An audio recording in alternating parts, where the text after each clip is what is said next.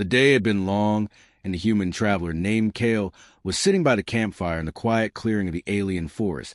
He had been journeying across this strange world for weeks now, trying to find a safe route through the uncharted wilds, when he heard soft footsteps approaching from behind. He turned his head and saw her stepping into the light, a tall alien girl with luminous eyes and skin that shimmered faintly in the firelight. Her hair fell in loose waves down her shoulders, and her expression was one of curious intensity. She moved closer until she stood just across from him, her gaze locked onto the body. As if studying him with some hidden purpose, Kale greeted her cautiously, wondering if she was friend or foe, but her voice came soft and almost demanding. She said, "Human, I need to know something, and you will not refuse me." Startled, Kale asked what she tilted her head and pointed downward toward him, her eyes narrowing with an almost predatory glint. "I want a taste of what is between your legs," she said, as if the words themselves carried an unshakable truth. Kale felt his face heat at the boldness of her demand, but she did not flinch or look away. She stepped closer, her tall figure casting a shadow across him. The fire crackled, and the forest around them seemed to fade into stillness, as if the entire world waited for his answer. He tried to explain that humans did not simply give such things on a whim, that it was intimate and required trust, but she seemed confused by the idea of restraint in her culture. She explained such acts were not just for reproduction.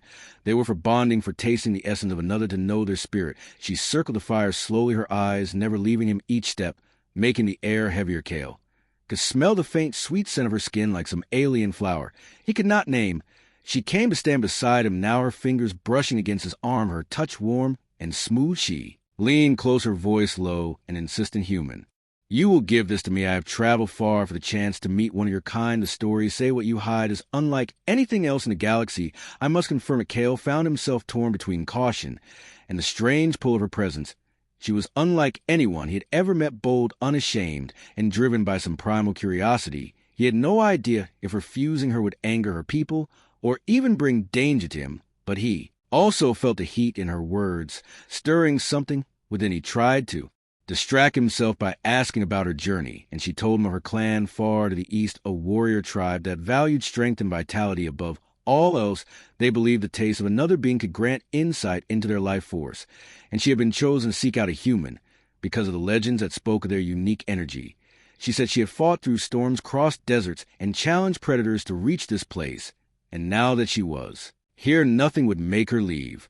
Without what she came for, Kale realized she was not bluffing. Her posture, her gaze, everything about her screamed determination. He stood, and she stepped close to their bodies, almost touching. Her eyes shone brighter now, as if the firelight had seeped into them. She reached for his hand and guided it to rest lightly on her hip. Her skin felt alive, as if humming with energy. Kale swallowed and told her if she truly wanted this, then she had to understand. It was more than a simple act for humans. It meant sharing something deeply personal. Her lips curved into a faint smile, and she said, "Then let it be personal, for I wish to know the human beyond words." She slowly knelt before him, her movements graceful and deliberate. The forest seemed to hold its breath. The fire's glow flickered against her features, making her look almost ethereal. Kale's heartbeat pounded in his ears as he wondered how a moment like this could even be happening so far from Earth, so far from anything familiar. She looked up at him, and in her eyes he saw hunger, but not just physical hunger. It was a hunger of someone seeking truth. She said, "I will not hurt you. I will only take what I need, and you will feel what it means to be truly seen." The way her voice wrapped around the words made them feel like a promise. Kale could not step back. Her hands moved with slow certainty, and though he tried to speak, he found his breath stolen by the heat of the moment. Her closeness, her scent away, her energy seemed to flow around him, was overwhelming. Her lips hovered near him, and he felt the world tilt. The fire snapping, the wind rustling the leaves above, yet all of it fading beneath the sensation of her drawing closer. He let out a shiver as she fulfilled her demand, every movement sending waves through him unlike anything he had experienced before. She was deliberate, exploring with a focus that made him feel like the center of the universe. She was not rushed. She was savoring, learning him through taste and touch. Her breathing quickened in time with his, and though he had thought this would be only for her curiosity, he realized something was passing between them, an unspoken bond growing in the space where their worlds met. Her hands rested against his thighs, steady, anchoring him, while her eyes stayed half closed and focused. Kale's senses spun, and his thoughts scattered until there was nothing but her and the fire and the warmth spreading through him.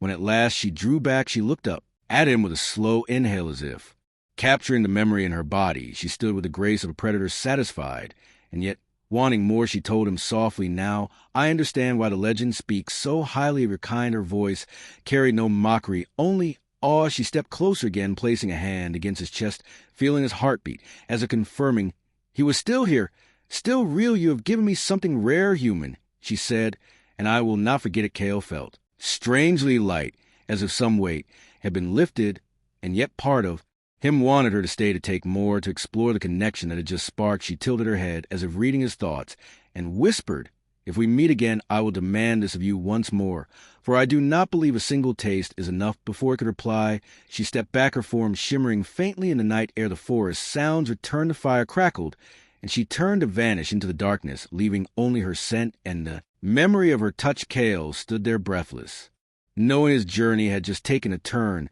he could never have imagined.